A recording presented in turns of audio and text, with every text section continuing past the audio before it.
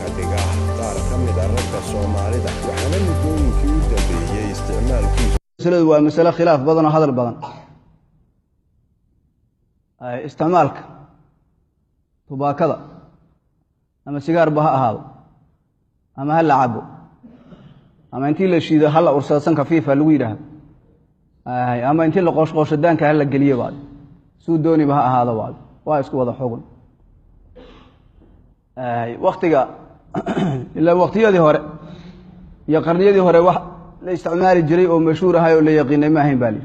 waqti dhow qarnigii 10aad aakhirkiisa meelahaas culimadu uu bilowday yiraahdo hadee markii uu bilowday oo la arkay culimadu baad isla waqtigiiba waa la isku qabtaalay ciladan hadda inta badan waqtigan hadda xaadirka aad loo sheegana xilligaas aad uma jirin oo yaani culimadu baad inta badan markaas shaygani ma waxooga badanka ama maskaxa way aqliga ma waxbo dhimaal bu u leeyahay mise uma laha miyuu ur qurmoon yahay oo waxyaalihi khabaa'id tahay urta qurmunaabu kamid yahay dhibko markaas sidee weeye mise maal baa lagu gubahayaa lagu